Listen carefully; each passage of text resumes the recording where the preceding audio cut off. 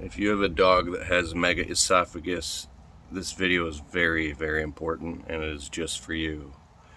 It's 3 o'clock in the morning, and you don't know me, but I'm wearing an eye mask on my head because this may sound a little exaggerative, and I'm exaggerating a little bit, and I don't want to sound like a victim, but I haven't gotten good sleep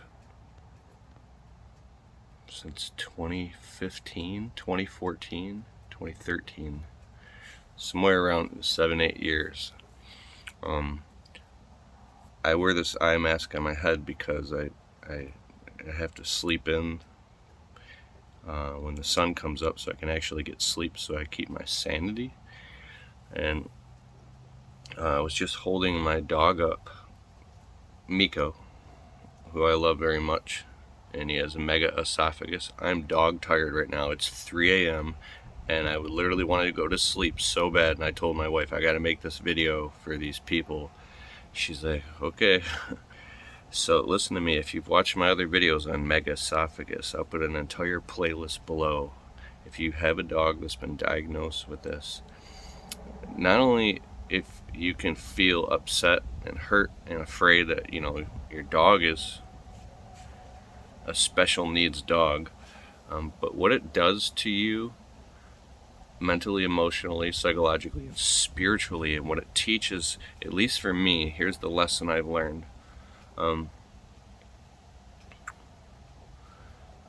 Sometimes I'm up the night before, 3 nights ago I was up till 5 o'clock in the morning taking care of my dog. I was up at midnight, 1 a.m., 2 a.m., 3 a.m., 4 a.m., and 5 a.m. My dog was throwing up all over the floor. And picture yourself at 3:30 in the morning, again, down on your hands and knees, going through rolls of paper towel, cleaning up puke, regurgitation, or you and your wife having to wake up because there's vomit all over the bed, and dog ass tired with important things to do that day, changing the sheets on the beds. I mean, so you might, you don't know how much money we've spent. I'll just tell you, I'm not trying to complain here. We have changed our sheets up to 6 times in 1 week of washing and changing the sheets and the beddings. We washed our sheets and bedding and comforters and pillowcases 20 times in a single month. And not in just 1 month. I'm talking month after month after month after month after month after month after month. Okay, we will literally wash. See, I don't want to judge my dog, and I'm not. I love my dog, and I don't ever want my dog to feel judgment when I'm holding him up in the middle of the night and I'm cleaning up after him and I'm putting him in his chair. See, when you have a dog that has Megaesophagus, you have to make sure he goes upright every time he eats or drinks anything. So if my dog wakes up in the middle of the night, my ears are finely tuned. I hear him drink water. He goes out to the kitchen. And when he comes back into the bedroom, he can sleep in the bed with us, or he has like big comfy dog beds all over the place. I get up and I pick him up and I hold him very carefully with all the love in the world, even though I'm half asleep, and I'm patting him down and I'm cupping him and massaging him until I hear the go down. And then I'm checking. I put him down and back up, down and back up, down and back up. I raise his arms up and down. It's this whole physiological thing that I believe that I've become very in tune with. And the whole time I'm doing it with love. And I love this dog so much. This dog has taught me the meaning of unconditional love. Okay, so if you have a special needs child or family member, or if you don't and you've seen somebody who has a family member who has special needs or in a wheelchair, needs to be taken care of 24/7, you don't understand what that's like. You can feel bad for someone or have sympathy or even empathy or even compassion, but you don't understand what it's like until it's you, and you're the one handcuffed to that other living being as their life support. Okay? Now, people have asked me and my wife, why am I in my late 30s and why don't you guys have any children? And tonight, for the first time, last night, we were out to dinner with a friend, and I said, I just don't want to say it, and my wife almost cried. I was like, I literally we can't have any children until our dog eventually passes away, because I went like, so I said 3 nights ago I was up till 5 a.m. I literally had to text my employees and my customers, and now my employees know the truth, that I had to shut down my entire business. And most of the time I can go out to work and still get it all done. Dude, I've been like shaking at work, so tired I'm shaking. I've slept in my truck many times. And my employees, I own a landscaping business, so they'll be working, and I'll literally just I put a big shade across the window and I sleep in my truck. And I've literally had people tell me horrible things like, well, you need to put the dog down, or I wouldn't tolerate that, I would just lock him in a bedroom. Like, I don't want to hear any of that. You don't understand. So the level of okay, I'm waking up, I'm getting out of my victim state now and being a man. The level of, I should say, suffering I've gone alongside with my dog has taught me a level of compassion that I wouldn't have learned anywhere else. I'm 38 years old, and I grew up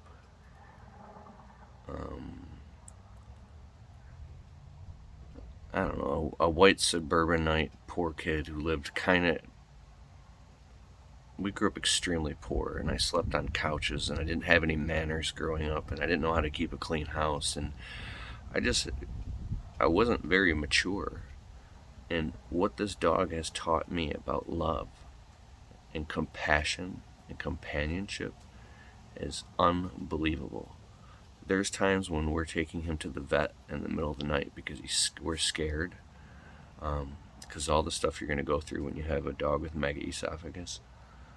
I mean, that we're holding him, we've cried, we've spent thousands of dollars in dog vet bills.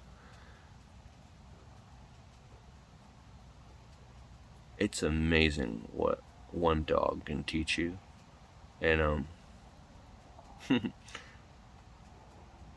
when I first met Miko, it was just my wife's dog. I thought my wife was like super hot, and we were dating, and this was like 12 years ago. And she was living at her mom's house at the time. We were a lot younger. And she brings me over, and she's got this little like 2-year-old puppy. She goes, "This is my Miko." And she was kissing him on the head and going, boo, boo, boo, boo. And she was like making all these like faces to the dog, and I was like, oh, that was so cute. But I didn't really even care, because I didn't care about dogs. I liked cats. I was too selfishly consumed with my own life and goals and ambitions to care. And then we got engaged and moved in and got an apartment together, and with this tiny little 1-bedroom apartment, and we had Miko, and then we got our little cat, Ninja. But even though I was working literally 80 to 90 hours a week, Miko was always there, following me around, sleeping next to me, wanting attention. And I would pet him here and there, and I liked him, but it was still just like, he was like my dog, but it was more like my wife's dog. And I liked him, and I petted him, and anyways, to get to the point, it was the middle of the winter, and I went through this whole meditation thing where I was like fasting and praying, and I wanted to get to the next level in my evolution of my life and grow up and become a man. And after being with my wife for a couple years, it was just me and Miko alone in this little apartment, and it was a gloomy winter day, and it was about like 11 a.m. And I was just sitting there. I had totally unplugged from the internet and everything. And I looked at Miko, and I saw him looking in my eyes. And when I looked into his eyeballs, I saw like galaxies. Like he was just looking at me with all the love in the world. And all of a sudden it hit me like a ton of bricks. Like this feeling rushed through me. Oh my God, this dog is unconditionally in love with me. He loves me. He loves me. He knows my every step. He knows when I go to work. He knows when I come home. He knows the sound of my truck. He knows my scent.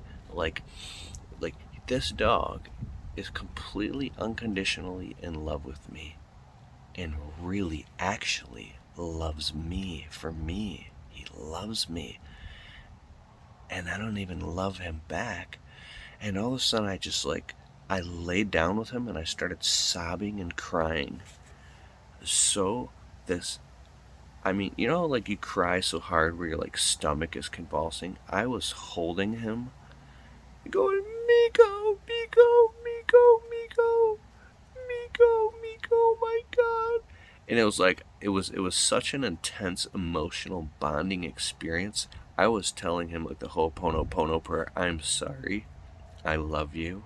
Thank you. And forgive me.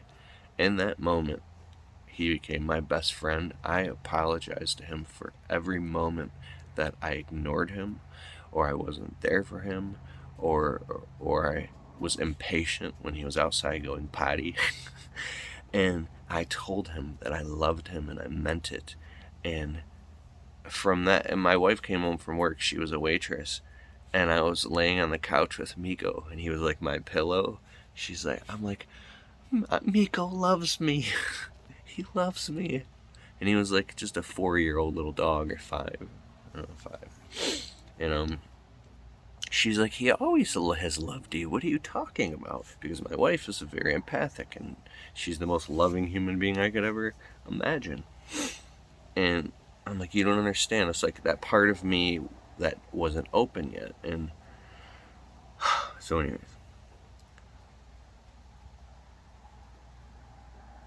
I love Miko. And he's a special needs dog, and he keeps me up. Sometimes I only have to shut my entire business down and literally cancel him. He's cost me $100,000, without exaggerating, over the past 8 years. But what a blessing. We've had him for 8 years. And it's like we know any moment something could happen. We could lose him, and that's why we cherish every second with this dog.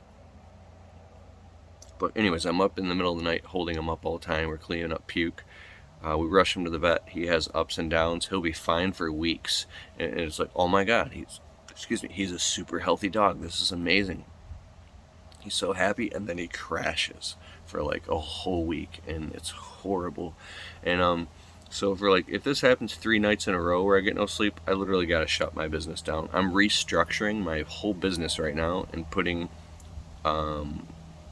people in place that can run the business for me. I'm going to take a massive pay cut in my one business. Luckily, I have built my business up to the point where finally I can afford to do this, just so I can make sure the business is fully sustainable.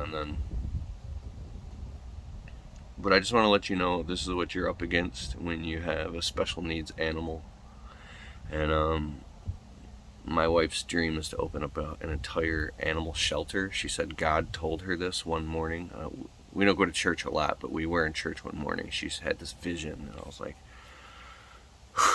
this is going to be a hard life if my wife wants to, Well, anyways, I love my wife, and I believe that. I